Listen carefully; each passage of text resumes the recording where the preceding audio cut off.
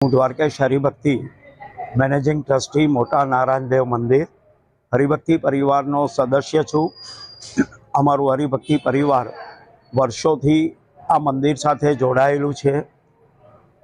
આજે મોટા નારાયણદેવ ભગવાનનો 217મો પાટોત્સવ છે અને ખૂબ ધાર્મિક રીતે ઉજવાઈ રહ્યો છે। હાલમાં અત્યારે વિષ્ણુ સહસ્ત્રનામના ઠાકોરજીના પાઠ થઈ રહ્યા છે। સવારે કેસર સ્નાન હતું અને ત્યારબાદ શ્રૃંગાર અને રાજભોગના દર્શનમાં અત્યારે જે પાઠ થઈ રહ્યા છે અને જે રીતે એની સેવા અને અર્ચના થઈ રહી છે તે ખૂબ જ સુંદર રીતે એનું આયોજન કરવામાં આવેલું છે।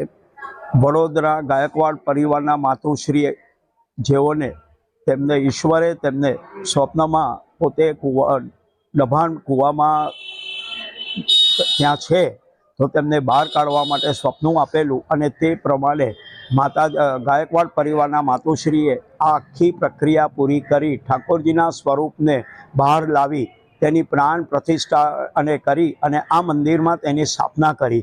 આ મંદિર છેલ્લા 217 વર્ષથી કાર્યરત છે અને તેમાં સુંદર રીતે તેની પૂજા અર્ચના અને તમામ કાર્યનું આયોજન કરવામાં આવે છે। મંદિરનું આજથી 15 વર્ષ પહેલાં નવનિર્માણ બી કરવામાં આવેલું હતું, જેથી અગવડ સગવડ બધાની સચવાઈ રહે।